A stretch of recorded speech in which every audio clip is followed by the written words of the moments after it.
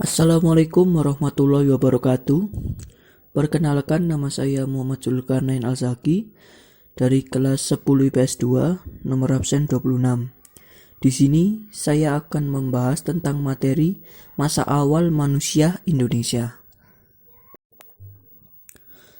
Kehidupan awal manusia terdiri dari 3 masa, yaitu yang pertama, masa berburu dan mengumpulkan makanan. Yang kedua, masa bercocok tanam. Dan ketiga, masa perundagian. Masa berburu dan mengumpulkan makanan. Pada masa ini, kehidupan masyarakat berburu dan mengumpulkan makanan ini sangatlah sederhana. Mereka hidup di alam bebas, seperti di hutan, tepi-tepi sungai, goa, dan lembah. Keadaan berburu mereka pun masih belum stabil dan sangat liar. Pada masa ini sering disebut juga dengan masa food gathering. Pada masa ini, manusia memiliki 3 kepercayaan, yaitu animisme, dinamisme, dan totemisme. Yang pertama, animisme adalah kepercayaan masyarakat terhadap benda yang dianggap memiliki roh atau jiwa. Kedua, dinamisme adalah kepercayaan bahwa segala sesuatu mempunyai kekuatan gaib dan kekuatan itu dapat menolong mereka. Yang ketiga, totemisme adalah kepercayaan bahwa hewan tertentu dianggap suci dan dipuja karena memiliki kekuatan supranatural. Pada masa ini, manusia masih hidup dengan berpindah-pindah tempat atau nomaden.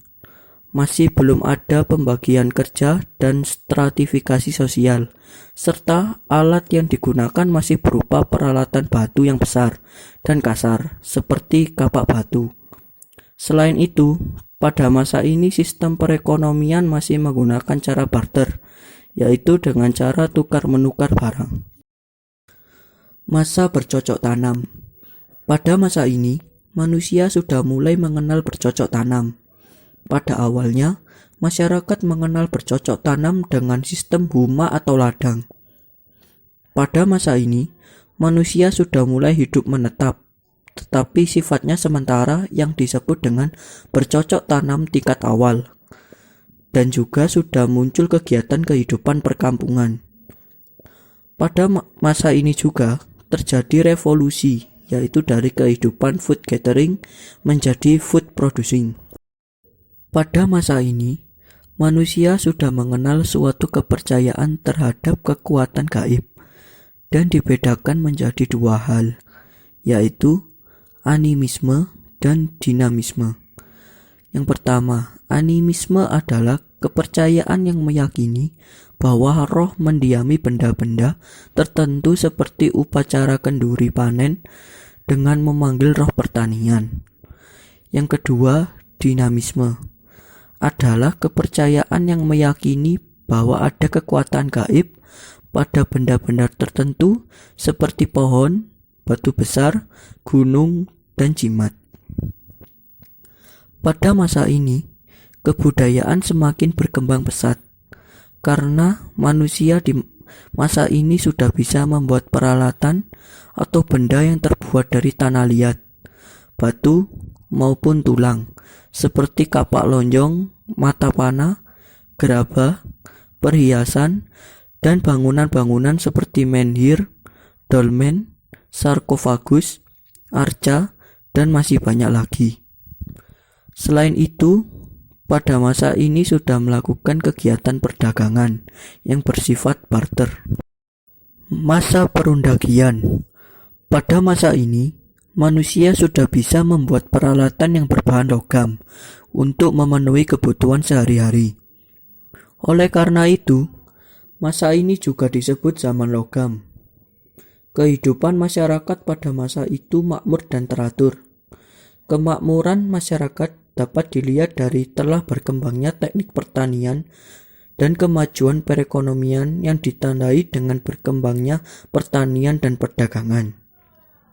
Selain itu, pada masa perundagian, pola kehidupan perkampungan mengalami perkembangan semakin besar, karena mulai bersatunya beberapa kampung. Kemunculan perkampungan besar ini disebabkan karena semakin tingginya kegiatan perdagangan antar perkampungan dalam bentuk barter atau tukar-menukar barang. Pada masa ini, kepercayaan berkembang sesuai dengan pola pikir manusia yang merasa dirinya memiliki keterbatasan dibandingkan dengan yang lainnya, dan terbagi menjadi dua, yaitu animisme dan dinamisme. Yang pertama, animisme adalah kepercayaan yang meyakini bahwa suatu benda memiliki kekuatan supranatural dalam bentuk roh. Yang kedua, dinamisme adalah kepercayaan roh atau makhluk halus yang diyakini berasal dari jiwa manusia yang meninggal, kemudian mendiami berbagai tempat. Namun, lambat laun masyarakat meyakini bahwa ada kekuatan tunggal yang mendominasi kehidupan pribadi mereka maupun kehidupan alam semesta. Kepercayaan animisme dan dinamisme ini kemudian berkembang dan menyatu dengan kebudayaan Hindu-Buddha dan kemudian Islam. Pada masa ini juga, jumlah penduduk sudah semakin bertambah, dan mereka juga sudah bisa membuat benda-benda yang berbahan dari jenis-jenis logam, seperti nekara, kapak corong, bejana perunggu, arca-arca perunggu, dan perhiasan perunggu. Jadi, kehidupan masa kini memang tidak bisa terlepas dari kehidupan tiga masa itu. Tampak masih ada yang percaya dengan benda-benda pusaka yang dianggap mempunyai kekuatan supranatural. Kehidupan sosial pun sampai sekarang masih membutuhkan orang lain, seperti halnya masa sekarang dengan munculnya komunitas-komunitas tertentu. Dalam hal teknologi pun berpengaruh besar. Tidak mungkin menghasilkan teknologi secanggih sekarang jika sebelumnya manusia zaman dulu tidak memberikan kontribusi terhadap masa sekarang. Cukup sekian dari pembahasan materi ini. Jika ada kekurangan dan kesalahan kata, mohon dimaafkan. Sekian dari saya. Wassalamualaikum warahmatullahi wabarakatuh.